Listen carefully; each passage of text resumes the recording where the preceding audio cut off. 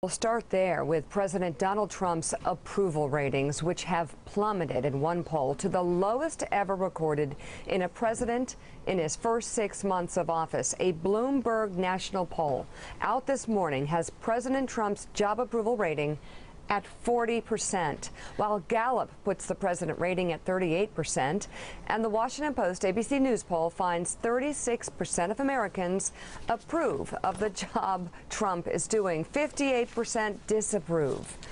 Now, with 48% saying they disapprove strongly, a level never reached by former presidents Bill Clinton and Barack Obama, and reached only in the second term of George W. Bush in this poll.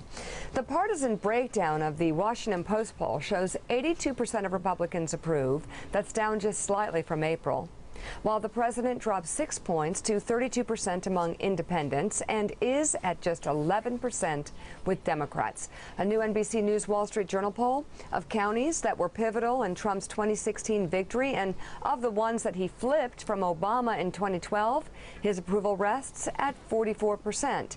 And on health care, that Washington Post ABC poll shows half of all Americans prefer the current health care law. About 1/4 want the Republican option being pushed right now. 17% would prefer something else altogether. Joe. Thanks for checking out MSNBC on YouTube, and make sure you subscribe to stay up to date on the day's biggest stories. And you can click on any of the videos around us to watch more from Morning Joe and MSNBC. Thanks so much for watching.